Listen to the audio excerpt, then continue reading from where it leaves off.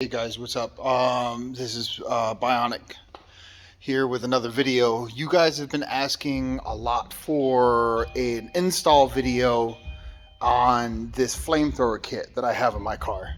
So I'm going to try to do the best that I can. It's already installed, but I'm going to try to give you the best words of advice and a walkthrough of what I did, and hopefully that can help you out. So let's see. So here's my car. Here, it's a 2017 Subaru STi. Currently, I got it in the shop because I'm working on my underglow kit here. So this is what you're gonna need. So this right here is your engine harness. It's going to be relocated more this way if you don't have this air oil separator here. So mine has been relocated.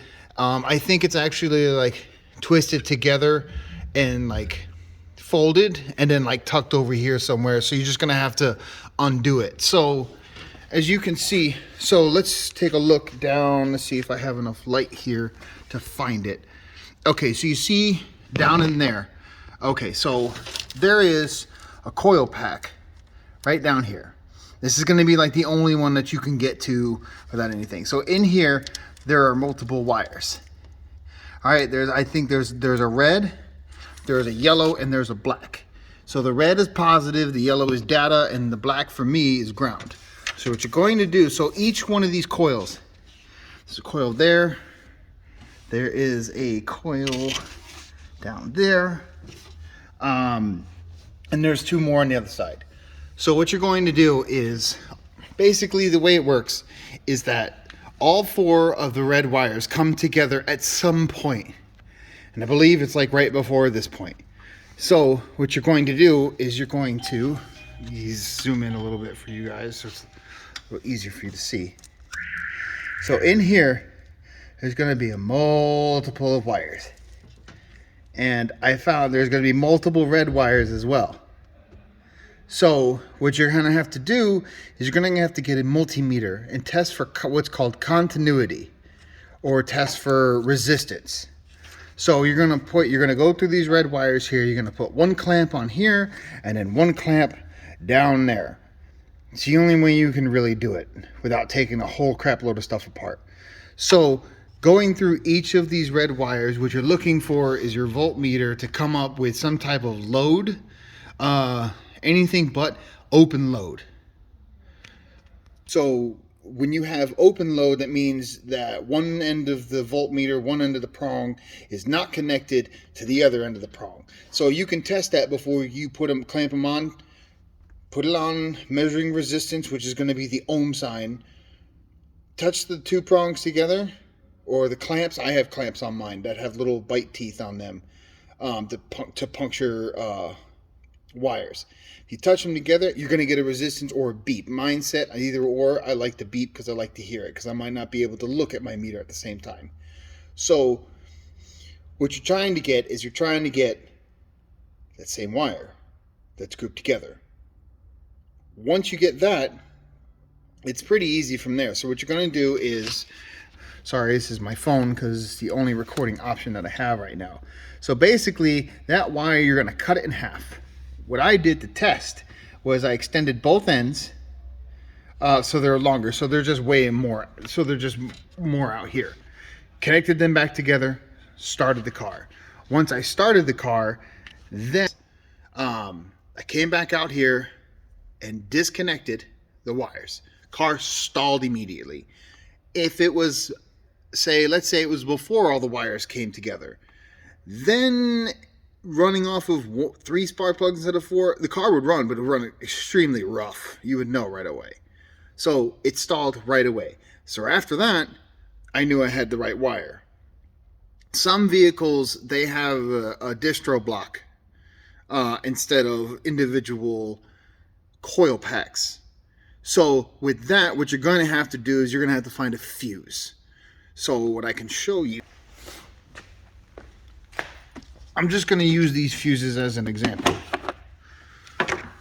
So let's say for example, after going through your fuse box, you find that this is for your ignition coils or your distribution block.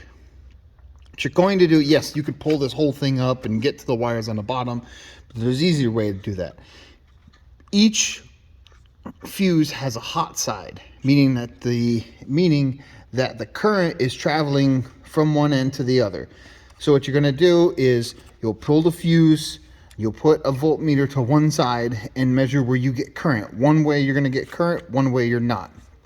The side you get current, that's the one you're going to need to interrupt. So what you're going to have to do is at that point, then you have to go to the bottom of the fuse box here, and then you're going to have to find the wire to interrupt. So after that, put that back on, you're going to run both of those wires that's interrupted. Those wires get ran into under the hood, under the dash, and what you're going to find, what you're going to get from there, see if I have enough room, is there's your button. So the way this button works is when it's not pressed, 12 volts comes to the button and then goes right back to the coil, so that it just creates a circuit so your ignition can go. As soon as you press this button, what it does is it interrupts the current and sends, instead of sending the current back to the motor, it sends it back to the coil. So we'll go look at the coil here. Pardon the mess and building out my truck. Okay, so for me, there's the coil. All right, so the coil, once it gets those 12 volts, is going to make that spark, and it's going to send that to the spark plug. So give me a minute. I'm going to put the car back up on the lift so we can actually look at the spark plugs and where those need to be located.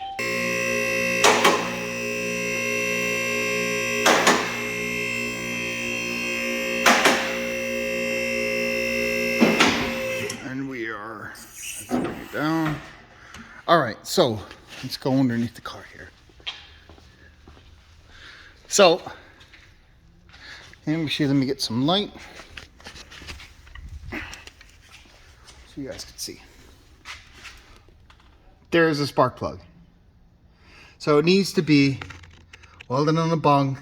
It needs to be right before the exit.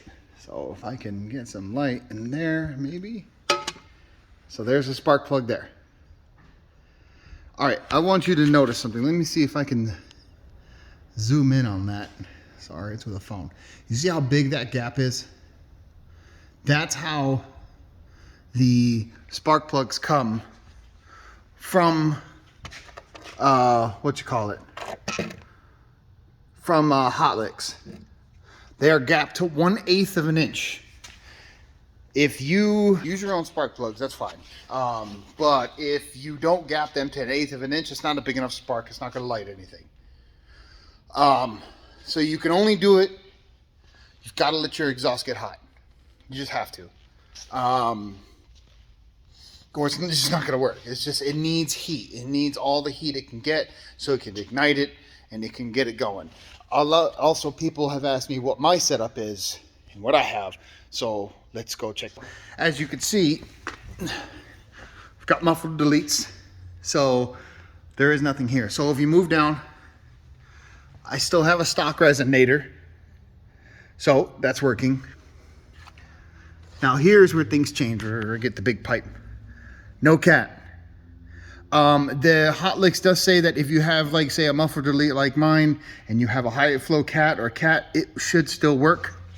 Because there's absolutely nothing. So tried to be as thorough as I could, seeing that I've already installed it. But some of the main things to know is you've got to find that ignition. You've got to find where that wire is. The car should stall immediately when you disconnect those test wires. If it doesn't, you got the wrong wire. If you're having problems with spark, not enough spark, are you using a spark plug that doesn't have a big enough gap? Because it should be absolutely immediate. I can't test it right now, but because the car has to actually be turned on and running for that to work, at least on my car. I can't just turn the ignition on and hit the button because it's not sending 12 volts to spark plugs right now because it's not running. If you guys have any further questions, please leave a comment down below.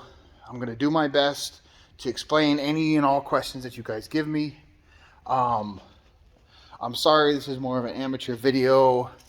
I've never made actually an instructional video before on YouTube, but I hope that this at least can help you out a little bit with this, because I've been asked a lot of questions about it. So let me know what you think in the comments below. If you still have any troubles or issues or anything like that, I can maybe walk you through your install if you need some help. So just let me know, and guess we'll see you in the next one.